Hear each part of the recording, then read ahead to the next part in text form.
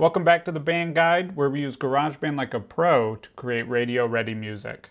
I'm your band guy, Colin, and this video is all about mastering. There's a lot of confusion about what is mixing and what is mastering. These are two completely different steps. Mixing is taking all of the tracks in a song, like the drums, the guitars, the vocals, and making them all sound great together in volume and tone. Mastering is taking all of the tracks on an EP or an album and making them sound consistent in volume and tone across the whole EP or album, and sounding consistent to other songs that are similar on the radio or on a streaming platform like Spotify. Whether you're working on an EP, an album, or a single song like we're going to be doing today, you want to use a reference of a similar song like you would hear on the radio. All of this said, you can't fix it in the master.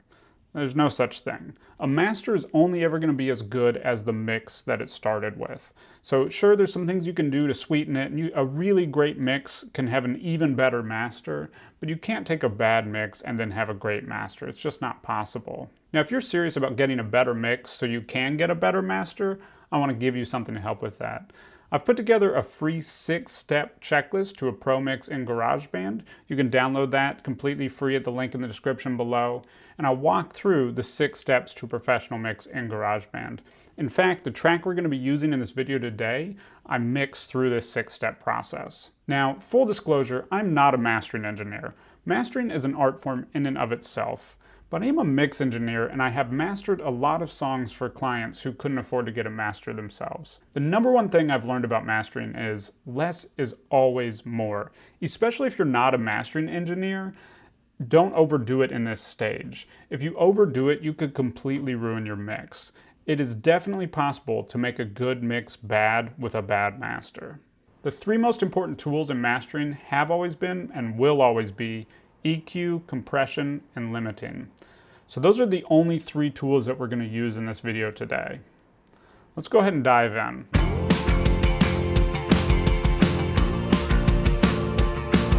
All right, so we're in our session here, and the way I've set this up to master this track is that I've set the track that we're going to master, and then I have a reference track that I put in here so that I can kind of check the tone of that track.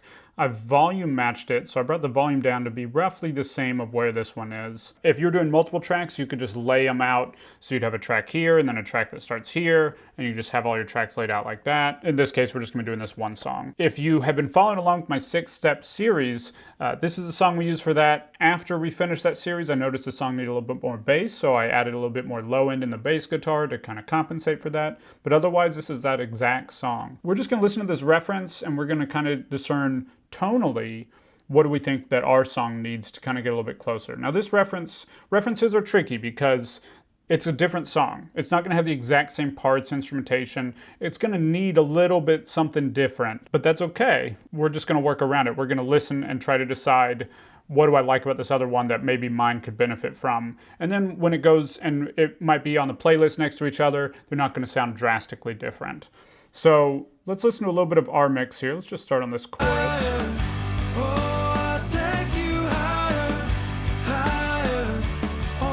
I'm going to punch over this reference.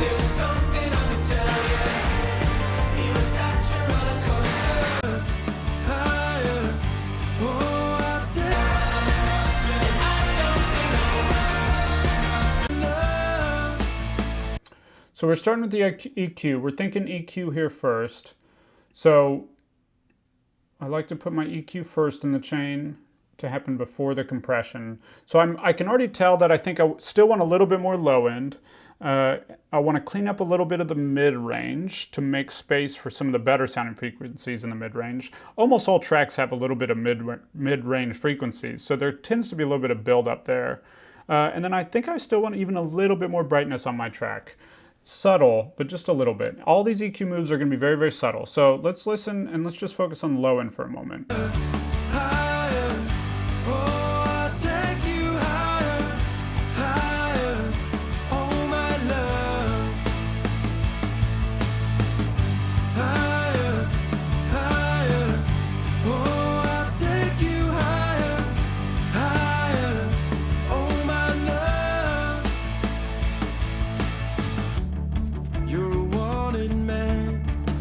So I set this found the frequency that I liked, and then I brought it back down. We want to really be operating in 0.5 to maybe 3 decibels at most in boosts and cuts. My boosts I'm generally going to have a little bit wider, so they'll have a lower number on the cue, and my cuts are generally going to be a little bit narrower, so they'll have a higher number on the cue. So I'm already getting a little bit more low end from that. It's subtle, but it helps. And then let's see what's going on in this low mid-range area.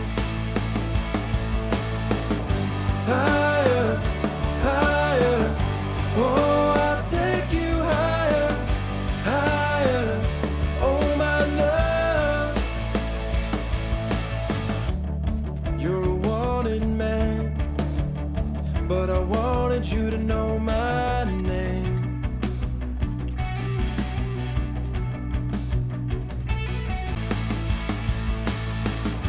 Higher, higher, oh. Just nothing sounded good at that frequency, so we're just cutting that just a little bit, and that lets everything else have a little bit more space. Oh, I'll take you higher, higher, oh my love. You're a wanted man, but I wanted you to know my name. Something a little bit radio-y here, a little bit tinny sounding.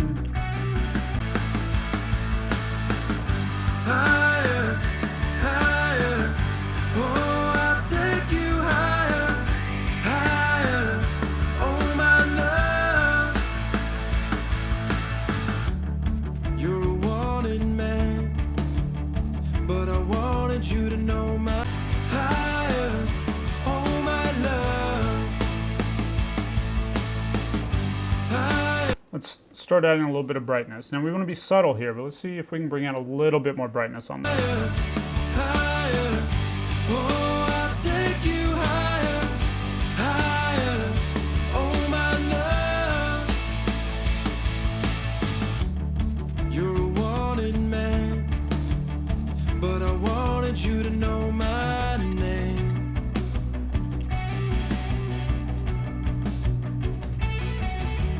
Don't push me away, girl, I'm not here to save you, and you don't need to explain.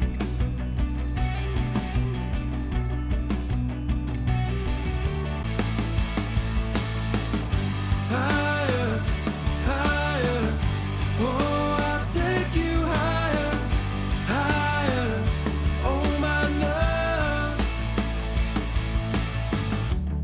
You're a wanted man, but I wanted you to know my name.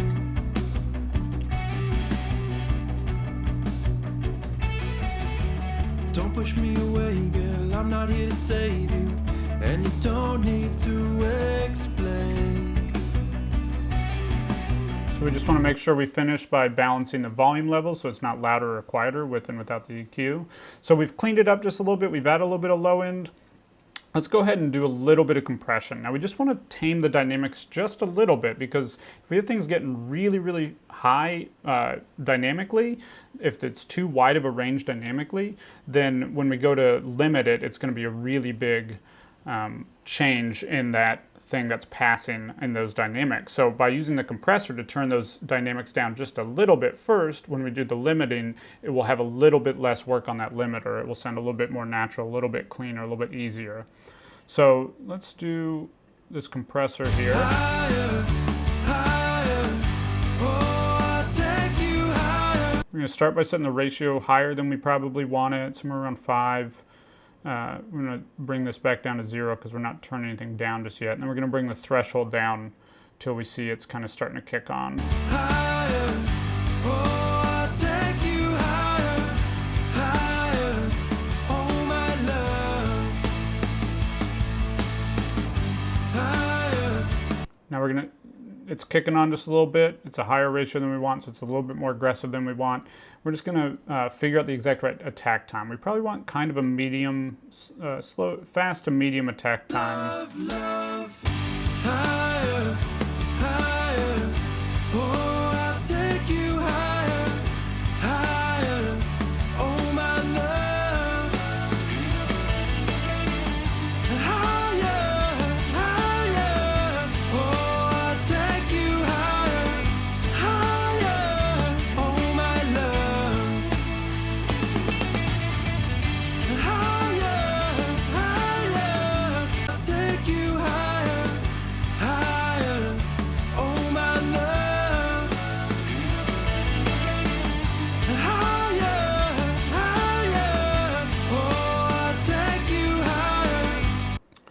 it kind of glues everything together. Everything's a little bit fuller when we have that compressor on. Awesome. Okay, so that's helping a lot. Take you higher. And I ended up going with a slightly higher ratio. This is a rock song. We can do that on here. Let's go and listen to the reference track and see how we're feeling. And if we're feeling good tonally, then we're going to go ahead and move on to the limiting. And that's really where we're going to get the volume that we need out of the mastering process. Higher, higher. Higher, oh my love. So there's still more low end in that other mix, but I'm okay with it. I don't think our mix needs quite that much low end. So we're going to go with it tonally. Now, there is a little bit more fullness from this, but a big part of that is coming from how controlled the dynamics are. So you see how this is basically just lobbed off. It's a straight line across there, whereas ours has a lot of dynamics. We've tamed those dynamics a little bit with the compressor that we just added to our track, but a limiter is really where you start to get that. A limiter just saying that no audio passes this level no matter what. So anything that hits this just stays right there. It doesn't go past it. And then you can turn everything up and you limit the dynamic range. It adds a little bit of fullness, so it can really help the mix. This track is actually probably a little bit over limited. It's a few years old and they used to really focus on volume more than dynamic range. We want a little bit more dynamic range in our master. So we're gonna put something on our master track so that we can see the volume leaving this session, how loud it is. This is the U-Lean loudness meter. This is a free meter, and the big thing that we want to be focusing on here is this integrated LUFS rating. LUFS has become the industry standard for figuring out how loud we want something to be, and Spotify and Apple Music and all sorts of streaming platforms automatically will turn down a song if it's too high. It operates kind of a negative frequency, or negative decibels. So we want to be going for roughly negative 14 decibels on our track. Anything that's higher than that, so like negative 13, negative 12, is just gonna be turned down in Spotify. So it doesn't matter if it's louder than that. And so we want to have a little bit more dynamic range in our song, so we're not gonna really go past that. We might hit around 13, more for tone than for loudness. So let's see where we're sitting on our current LUFS rating.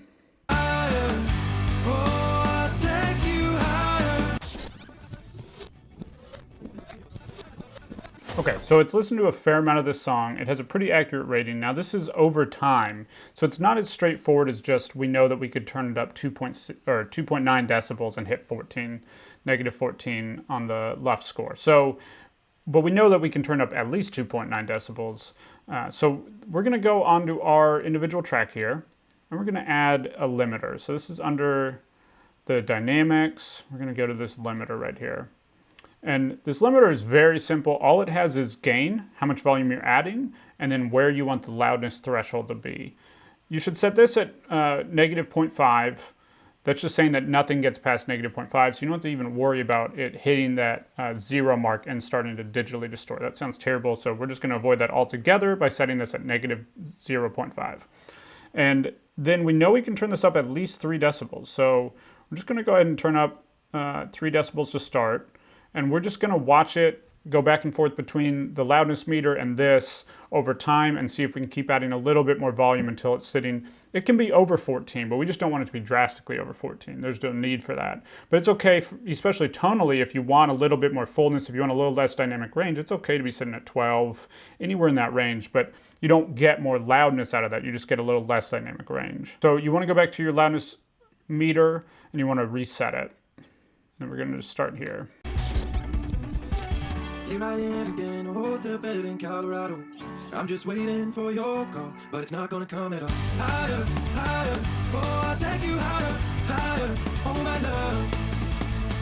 Higher, higher, oh, I'll take you higher, higher, oh my love. You're a wanted man, but I wanted you to know my name.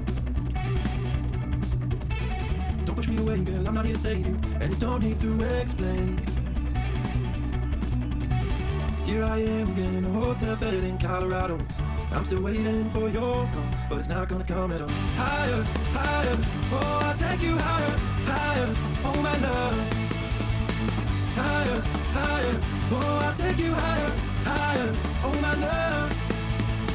I'll raise my glass, I'll raise my lonely glass. I started to go over 14, and I actually started to feel like I heard the limiter kicking on in a way that I didn't like. So I actually turned it back down a half decibel where it was sitting right around -14 almost exactly.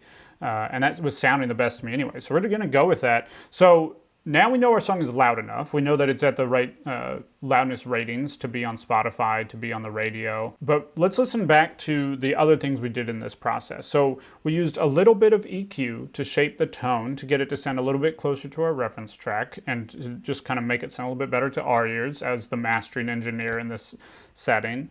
And then we did a little bit of compression to tame a little bit of the dynamics, kind of squeeze it together just a little bit more. Let's go and listen to it one more time and listen for how the low end comes in with the EQ and the tinniness just kind of disappears, and how it just sounds fuller and cleaner and all around better. Higher, higher, oh, I'll take you higher, higher, oh my love. Higher, higher, oh, I'll take you higher, higher, oh my love. Congratulations, you're on your way to mastering. Now, if you haven't already, be sure to grab that 6-step checklist to a pro mix in GarageBand. I'll link to it in the description below. And if you got value from this video, be sure to subscribe. As always, I like to finish with a question for you. And my question this week is, have you mastered a song before? If so, how have you approached it? Let me know in the comments below. And I'll see you in the next video. One thing at a time, I can only handle one thing at a time. One thing at a time.